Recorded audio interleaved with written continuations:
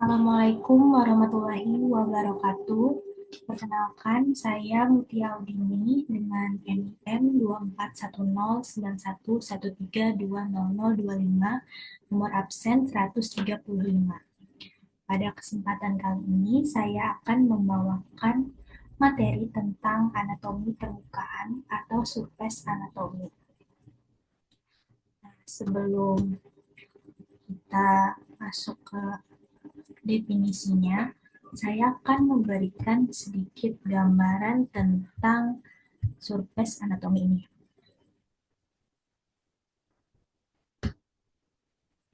Nah, di sini saya sajikan dua gambar orang, ada ada satu perempuan dan juga satu laki-laki. Nah, ada satu perempuan dan satu laki-laki. Sebelum itu, saya ingin bertanya, sebenarnya tidak bertanya, tapi saya akan memberikan kayak gimana sih kita bisa mendefinisikan, oh ini cewek dan ini cowok. Gimana caranya? Yang pasti kita menggunakan melihat fisiknya dulu. Secara sederhana kita pasti melihat seseorang itu dari fisiknya. Cara supaya kita bisa menentukan bahwa ini adalah laki-laki dan perempuan. Nah, di sini tuh sebenarnya bisa terlihat jelas perbedaannya. Yang pertama, dari laki-laki ini dia mempunyai kumis, nah berewokan di sini, sedangkan yang perempuan tidak.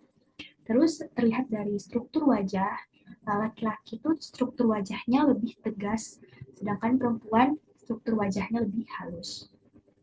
Sedangkan perempuan tidak.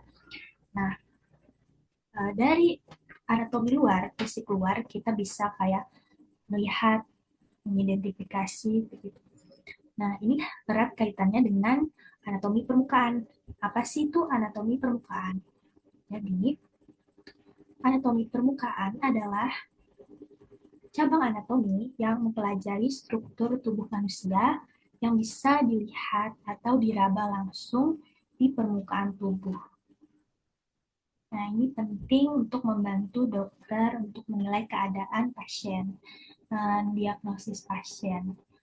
Nah, tanpa menggunakan alat diagnostik canggih, hanya dengan pengamatan visual atau palpasi.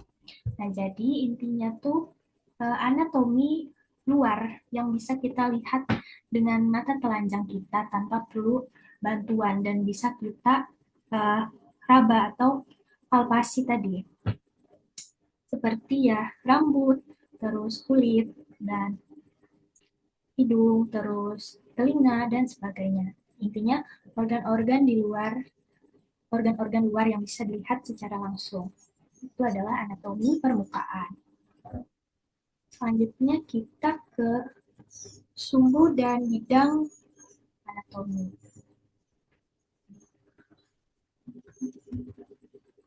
Nah, sumbu dan bidang anatomi. Nah, jadi yang nomor satu ini adalah bidang sagital. Terus yang nomor dua ini di bagian kaki ada bidang mid sagital namanya. Dan yang nomor tiga itu ada Nah, nomor tiga di sini itu disebut bidang frontal. Nomor empat ada di sini itu bidang transversal atau bidang horizontal. Nah, yang kelima ini yang kelima disebut dengan sumbu sagital. Yang keenam di bagian sini. Keenam itu disebut sumbu transversal dan yang ketujuh ada sumbu longitudinal dan transversal.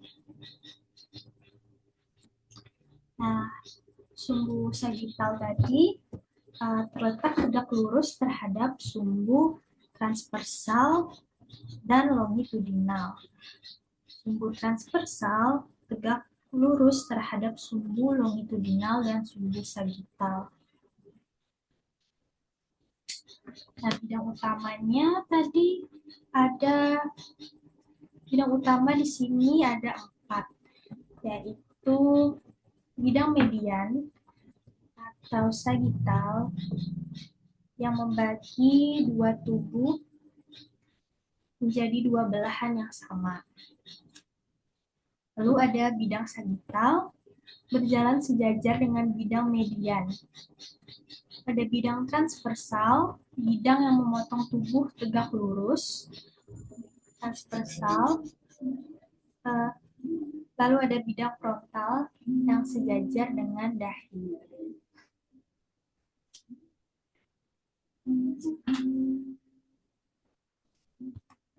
Nah, selanjutnya kita ke istilah arah dan posisi. Mulai dari kepala ada linea mediana anterior, lalu ada sini linea sternalis, lalu ada linea parasternalis, linea axillaris anterior, linea medio clavicularis, ada palmar di telapak tangan. Nah, ini banyak bagiannya, saya akan sebutkan. Ini ada proximal, distal,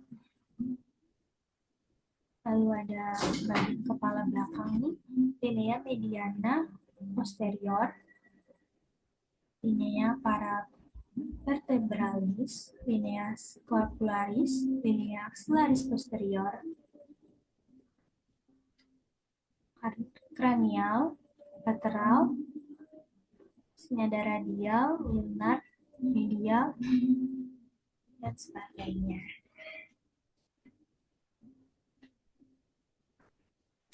Selanjutnya ke bagian-bagian tubuh. Nah, di sini kurang jelas tulisannya. Ini adalah brachium atau brachium. Terus ini merupakan bagian dari membran superius. Terus di sini ada antebrachium. Nah, di sini ada manus. Terus ini adalah femur. Ada crus dan pes. Ini bagian dari membran inferius. Lalu dahi, kaput, terus ini leher, ada kolon, ada toraks, abdomen, dan pelvis. Ini merupakan bagian dari trunkus. Nah, dilihat dari anatomi laki-laki ini, lihat dari ventral, terminologi anatomi umumnya merujuk pada posisi tegak dengan wajah menghadap ke depan, lengan berada di samping, telapak tangan mengarah ke badan atau ke depan, tungkai diletakkan berdampingan dengan kaki menghadap ke depan. Nah, tubuh dibagi menjadi kepala atau kaput, terus leher, kolum, torso atau trunkus dengan dada toraks, perut abdomen, panggul itu pelvis, dan juga punggung atau dorsum dan ekstremitas atas, membrum superius, dan bawah membrum inferius. Ekstremitas dibagi menjadi lengan atas, brachium, lengan bawah, antebrachium, tangan, manus, dan tungkai atas, femur, tungkai bawah, crus, dan kaki, pes. Nah, ini sama seperti gambar sebelumnya. Sama ya teman-teman, cuma ini ya orangnya menghadap ke belakang, tapi ini sama tetap. Tubuh kita itu ada pembagian regionnya, tahu daerah-daerahnya. Nah, ini untuk daerah yang ini namanya regio sternocleidomas deltoidea, terus yang ini ada regio deltoidea, regio axillaris, regio mammalia, regio brachioanterior, regio cubitalis anterior, fossa cubitalis, terus regio antebraci posterior, regio antebraci anterior, ini ada dorsum manus, terus ada trigonum femoris, ada regio femoris anterior, regio genus anterior, regio cruris posterior, regio cruris anterior, dan dorsum pedis di sini. Terus yang di sini sebelah sini ada regio cervicalis anterior, regio cervicalis lateralis, trigonum clavipectorale, regio pectoralis, regio pectoralis, regio inframaria, regio epigastrica, regio hypochondriaca, regio umbilicalis, regio ambulminalis lateralis, regio inguinalis, regio pubica, dan regio urogenitalis. Nah, dilihat dari ventral permukaan tubuh dibagi menjadi regio-regio agar terdeskripsi dan terorientasi lebih baik. Jadi lebih mudah untuk mempelajarinya. Jadi untuk bagian tubuh dibagi regio-regionya. Ini sama seperti gambar sebelumnya, tapi ini orangnya yang menghadap ke belakang, tapi tetap sama bagian-bagiannya. Tapi ada tambahan di bagian kepala. Ini ada regio parietalis, lalu ada regio occipitalis.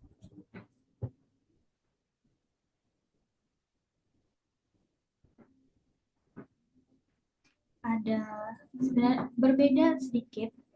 Di sini juga ada tambahan, ada regio vertebralis, lalu ada regio infrascapularis, regio lumbalis, regio cervicalis, dan ada regio analis. Maaf, saya keliru. Sebenarnya ini bagiannya berbeda dengan gambar sebelumnya.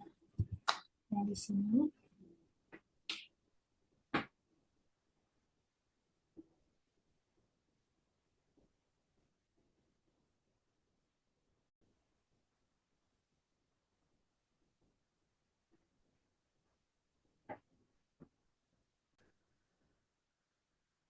baik, saya lanjutkan tadi di bagian regio vertebralis, terus ada regio intrascapularis, lalu ada regio lumbalis, ada regio sacularis, ada regio analis, ini regio deltoidea, regio sacularis. Mungkin tidak saya sebutkan semuanya, hanya beberapa. Misalnya bagian ini itu sebutannya calx, bagian dari regio calcanea. Terus yang ini telapak kaki itu adalah manta. Terus ini masuknya ke regio cruris posterior. Bagian belakang lutut ini regio genus posterior, fossa poplitea. Nah, bagian belakang paha ini ada regio femoris posterior. Selanjutnya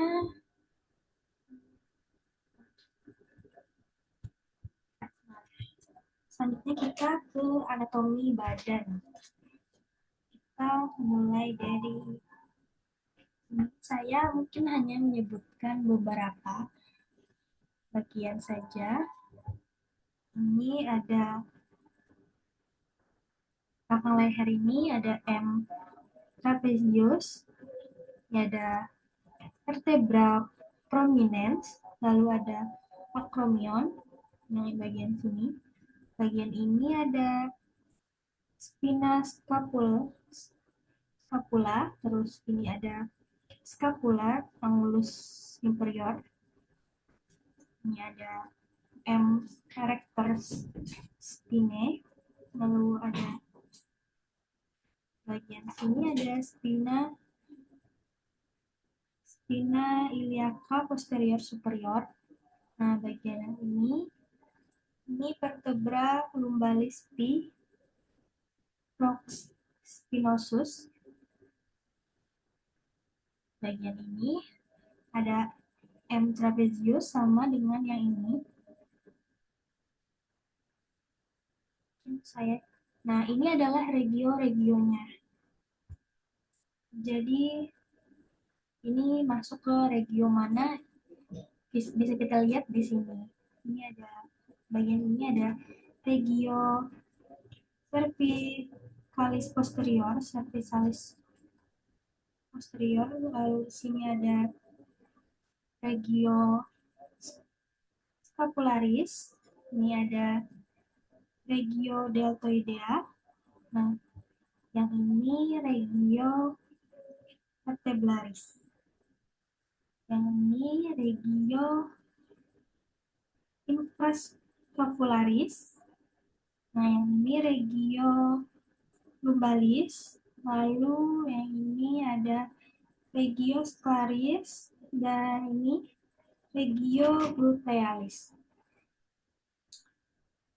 Nah, ini kita linea mediana posterior, lalu ada linea paravertebralis, linea scapularis, lalu linea axillaris posterior. Nah, kita ke sini, saya sebutkan beberapa saja. Ini ada articulatio sternoclavicularis, ini arcus costalis, nah ini spina iliaca anterior superior,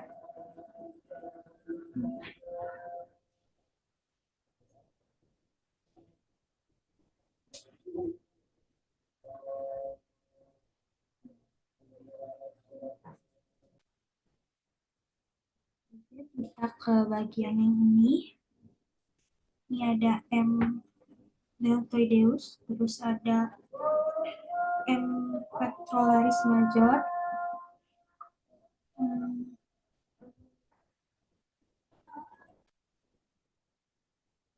kita bisa next ke poin selanjutnya. Kita ke bagian ekstremitas atas. Nah, jadi ini bagian lengan atas kita sampai jari-jari tangan. Ini mulai dari sini ada regio deltoidea, ini M deltoideus. Nah, ini ada plica axillaris anterior, ini ada regio axillaris, fossa axillaris. Ini ada M triceps brachii, ada brachio regio, ini masuk ke regio brachii anterior. Jari tangan ada digitus medius, ada index, lalu di sini ada digitus annularis, di sini ada digitus minimus, di bagian telapak tangan yang ini itu hipotenar, bagian ibu jari yang di sini pollex, ini ada tenar, lalu ini telapak tangan yang di tengah ada palma sebutannya.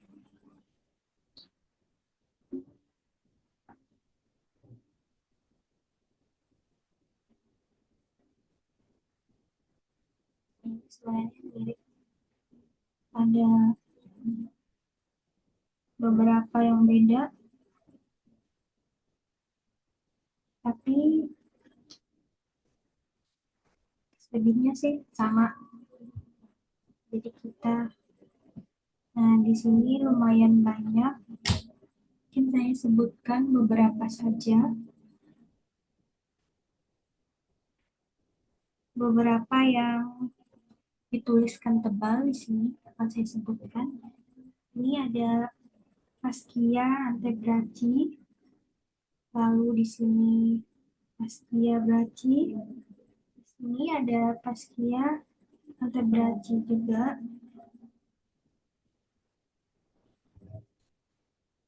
Hmm, seperti yang diperlihatkan pada ilustrasi ini, relief permukaan lengan terutama dibentuk oleh berbagai otot. Otot dilapisi oleh pasiennya masing-masing dan berkelompok, membentuk kelompok otot. Fascia kelompok otot tersebut dilapisi oleh fascia besar, fascia brachi, dan fascia antebrachi yang menempel di bawah kulit. Terus, setelah melakukan diseksi semua struktur sukutan penting seperti nervus cutaneus dan vena di epifascia, jaringan adiposa sukutan diangkat untuk menunjukkan fascia. Nah, selanjutnya ke ekstremitas bawah. Nah, ekstremitas bawah ini bagian kaki, mulai dari sekitar paha ya, sampai jari kaki, sampai telapak kaki. Ini ada spina ilaka anterior superior. Yang ini ada trochanter major atau femur. Ini lutut ada patella. Terus ada ini tuberositas tibiae. Ini ada margo anterior, lalu ada malleolus medialis. Sini ada malleolus lateralis atau fibula. Ini ada os sacrum, lalu ada trochanter major atau femur, sama seperti ini tadi.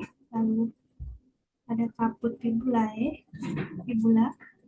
Ini ada malleus lateralis atau fibula. Ini ada malleolus medialis atau tibia. Mungkin itu saja yang bisa saya sampaikan tentang penjelasan umum tentang anatomi permukaan. Jika ada kekurangan, saya memohon maaf. Jika ada salah kata, juga saya mohon maaf. Mungkin itu saja yang bisa saya sampaikan. Sekian dan terima kasih. Wassalamualaikum warahmatullahi wabarakatuh.